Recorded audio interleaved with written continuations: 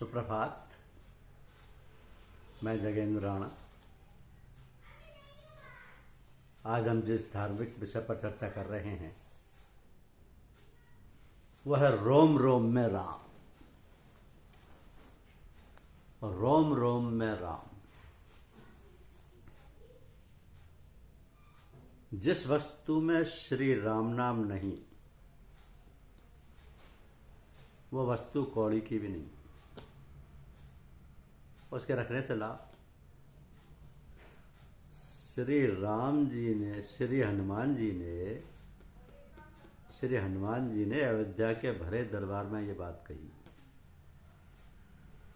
स्वयं जानकी मैया ने बहुमूल्य मणियों की माला हनुमान जी के गले में डाल दी थी। राज्याभिषेक समारोह का ये उपहार था, सबसे मूल्यवान उपहार। तो अयोध्या के रत्न भंडार में भी वैसी मणियां नहीं थी। सभी उन मणियों के प्रकाश एवं सौंदर्य से मुग्ध थे। मर्यादा पुरुषोत्तम को श्री हनुमान जी सबसे प्रिय हैं, सर्वश्रेष्ठ सेवक हैं। पवन कुमार, ये सर्वमान्य सत्य है। उन श्री आंजनेय को सर्वश्रेष्ठ उपहार प्राप्त हुआ। यह न आश्चर्य की बात थी न ईर्ष्या की। असूया की बात तो तब हो गई जब श्री हनुमान जी ने अलग बैठकर उस हार की महामूल्यवान मणियों को अपने दांतों से पटापट फोड़ने लगे। एक दरबारी जौहरी ने टोका तो उन्हें बड़ा विचित्र उत्तर मिला। आपके शरीर में श्री राम नाम लिखा है? जौहरी ने कुड़कर पूछा था, किंतु मुंह की खानी पड़ी उसे। हनुमान जी ने अपने वज्र नख से अपनी छाती का चमड़ा उधेड़ कर दिखा दिया। श्री राम हृदय में विराजित थे और रोम रोम में श्री राम लिखा था उन श्री राम दूत के। तो जिस वस्तु में श्री राम नाम नहीं वह वस्तु तो दो कौड़ी की है, उसे रखने से लाभ। श्री हनुमान जी की ये वाणी उन केसरी कुमार का शरीर श्री राम नाम से ही निर्मित हुआ। उनके रोम रोम में श्री राम नाम अंकित है। उनके वस्त्र आभूषण आयुध सब श्री राम नाम से बने। उनके कण कण में श्री राम नाम है। तो जिस वस्तु में श्री राम नाम ना हो वह वस्तु उन पवन पुत्र के पास कैसे रह सकती है? श्री राम नाम मय है श्री हनुमान जी का श्री विग्रह। कि राम माथ मुकुट राम, राम सिर नैन राम, राम कान नासा राम ठोड़ी राम नाम है, राम कंठ कंध राम, राम भुजा बावजू बंद, राम हृदय अलंकार हार राम राम है, राम उदर नाभि राम, राम कटी कटी सूत, राम बसन जंग राम, जानु पैर राम नाम है, राम मन वचन राम, राम गदा कटक राम, मारुति के रोम रोम व्यापक राम नाम है। श्री हनुमान जी का स्वरूप चिन्मय अथवा दिव्य है। वह विज्ञान स्वरूप है। उनके रूप गुण और चरित्र यद्यपि वेदों में वर्णित हैं तथापि विज्ञान स्वरूप होने के कारण वे अरूप हैं, अप्रत्यक्ष हैं। निगमागम सम्मत रामचरितमानस के रचयिता गोस्वामी तुलसीदास जी ने सीताराम गुणग्राम के पुण्यारण्य में विहार करने वाले कपीश्वर श्री हनुमान को विशुद्ध विज्ञान संपूर्ण चिन्मय स्वीकार किया है। रामचरितमानस के प्रारंभिक मंगल श्लोक में उनके द्वारा की गई श्री वाल्मीकि जी और श्री हनुमान जी की वंदना उपयुक्त तथ्य की परिचय का है कि सीता राम गुणग्राम पुण्य यारण्य विहारिनो वंदे विशुद्ध विज्ञानो कबीश्वर कपीश्वरो। वेद श्री राम के चरित्र और लीला का वर्णन करते हैं इसलिए उनके द्वारा श्री राम भक्त हनुमान जी के चरित्र का भी चित्रण किया जाना सर्वथा स्वाभाविक है। तो हनुमान के लीला चरित्र चिंतन के बिना भगवान श्री राम का चरित्र वर्णन पूरा नहीं कहा जा सकता। जिस प्रकार श्री राम के अपार चरित्र का पार पाना किसी के लिए भी संभव नहीं है, ठीक उसी तरह श्री हनुमान का चरित्र भी अपार है। श्री हनुमान के पर ब्रह्म तो श्री राम है। प्रभु की सेवा में उनका जीवन पूर्ण रूप से समर्पित निरूपित किया गया है। वानर रूप में अवतरित देवताओं द्वारा की गई अपनी सेवा के प्रति श्री राम ने जो कृतज्ञता प्रकट की है, उनमें श्री हनुमान के यश पर पूर्ण प्रकाश पड़ता है। श्री नीलकंठ द्वारा उद्धृत मंत्र रामायण में एक ऋचा के भाष्य में कहा गया कि वानर रूप में अवतरित देवताओं ने मेरा कार्य पूरा किया। तो कृत्यंति कृत्वो हत्सो द्वितीयो बेनंती बेना पतन्यत्यादिश न मर्डिता विद्यते अन्येभ्यो देवेशु में अधिक कामा संयमत।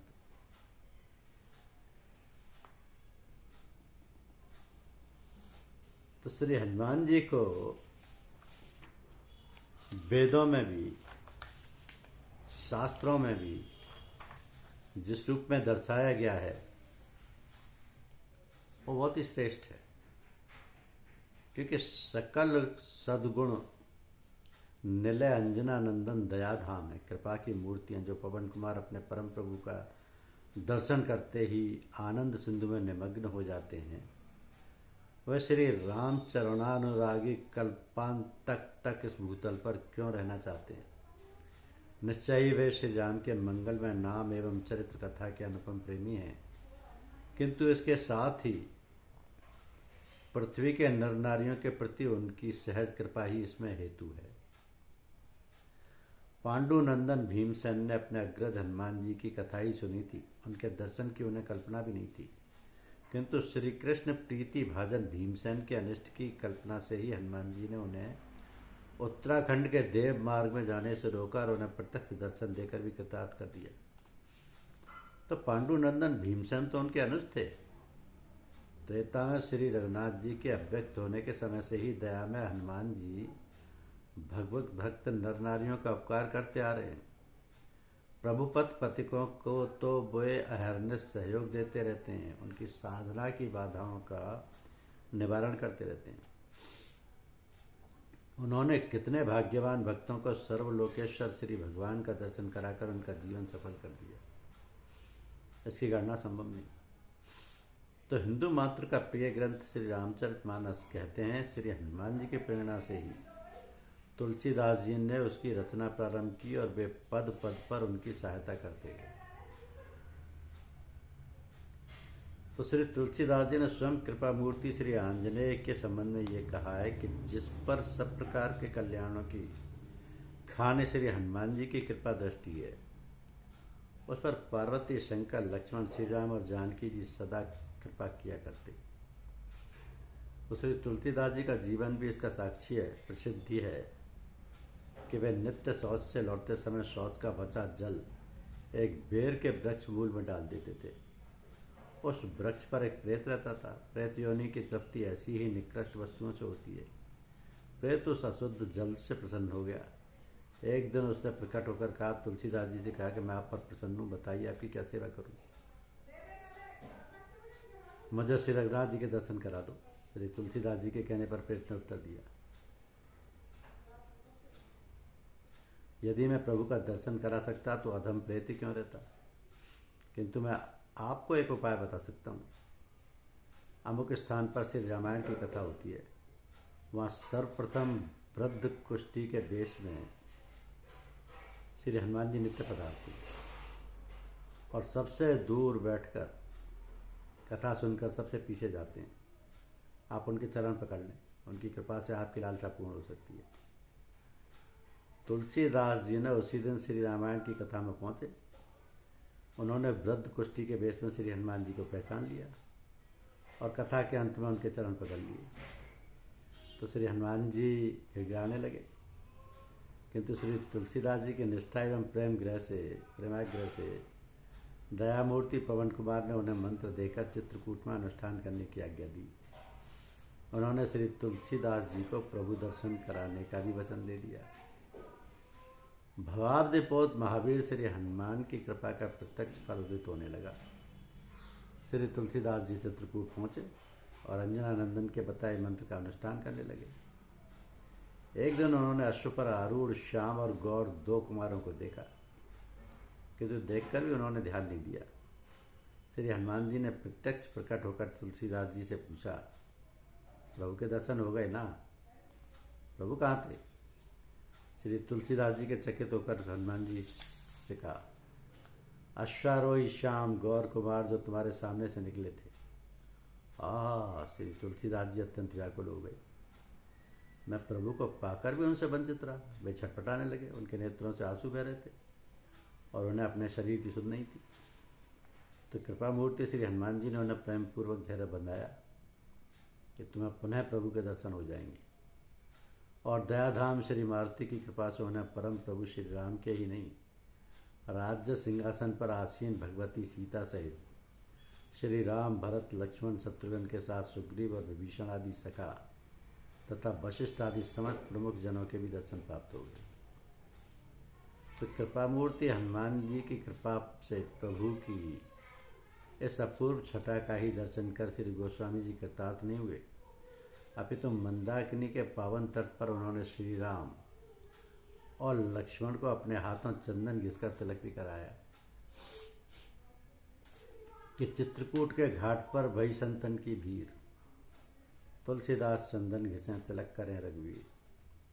मानस मर्मज्ञ कहते हैं कि श्री रामचरित मानस की रचना के समय श्री तुलसीदास जी को कठिनाई का अनुभव होते ही भक्त सुधा पानेक्षु कृपा मूर्ति श्री हनुमान जी स्वयं प्रकट होकर उनकी सहायता किया करते थे। 2 स्थल तो अत्यंत प्रसिद्ध हैं।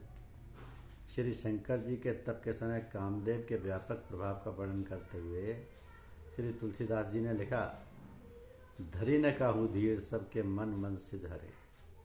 आधा सोटा लिख लेने पर चिंता हुई। काहू और सबके में तो श्री नारद आदि ऋषि, देवर्षि और व्यक्ति भक्त भी आ गए, जिन्हें काम विकार स्पर्श भी नहीं करता। तो श्री तुलसीदास जी ने आंजनेय का स्मरण किया और उन्होंने प्रकट होकर स्वर उठे के दूसरे चरण की पूर्ति कर दी कि जे राखे रघुवीर ते उबरे ते काल मऊ। पहली पंक्ति थी कि धरी न काहू धीर सबके मन मन से धरे, और दूसरा था कि जे राखे रघुवीर ते उबरे ते काल मऊ। और धनुष यज्ञ का वर्णन करते समय तुलसीदास जी ने सौरठा लिखा। दूसरा ये कि शंकर चाप जहाज सागर रघुवर वह बाहुबल, बूढ़ सो सकल समाज। श्री तुलसीदास जी रुके कि सकल समाज में तो महर्षि विश्वामित्र और धनुष को स्पर्श भी ना करने वाले नरेश तथा ना जाने कितने लोग आ गए।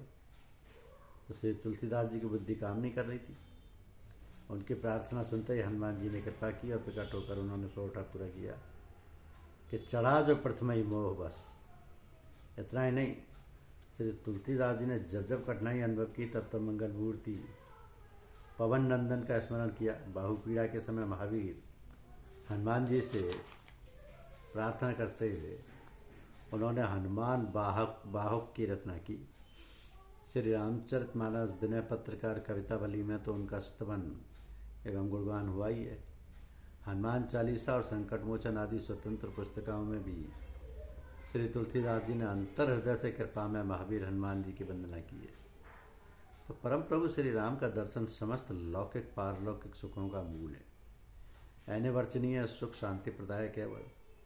वह दर्शन श्री राम की प्रेमा भक्ति के बिना संभव नहीं, और उस प्रेमा भक्ति की प्राप्ति काम क्रोध आदि से ग्रस्त हम सांसारिक जीवों को सहज नहीं।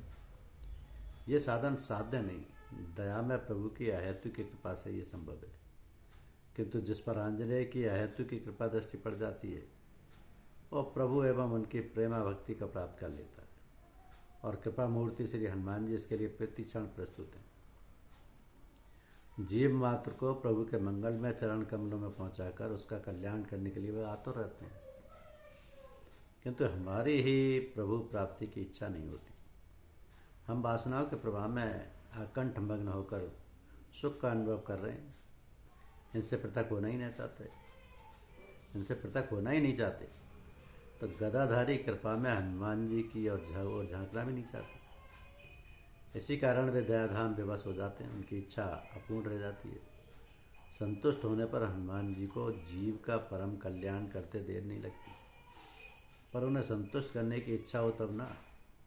आजन्म ब्रह्मचारी हनुमान जी सदाचार, धर्म पालन, ब्रह्मचर्य पालन, दीन दुखियों की सेवा, सहायता, शास्त्रों, संतों, महापुरुषों, भक्तों एवं भगवान के प्रति श्रद्धा, विश्वास एवं प्रीति से सहज ही तुष्ट हो जाते हैं और अपने नित्य सहचर श्री हनुमान जी के संतुष्ट होते ही श्री रघुनाथ जी तत्क्षण प्रसन्न हो जाते हैं। तो मारुति की प्रसन्नता में ही जीवन और जन्म की सार्थकता तथा सफलता है।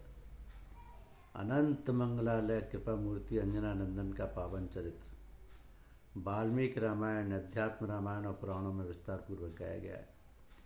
यहाँ तो उसका संक्षिप्त संकलन मात्र ही है, पर जो भी है वह निश्चय ही मारुति की कृपा का प्रसाद है।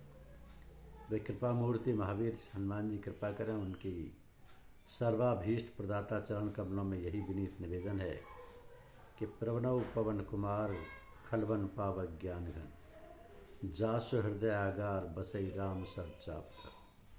जय श्री राम।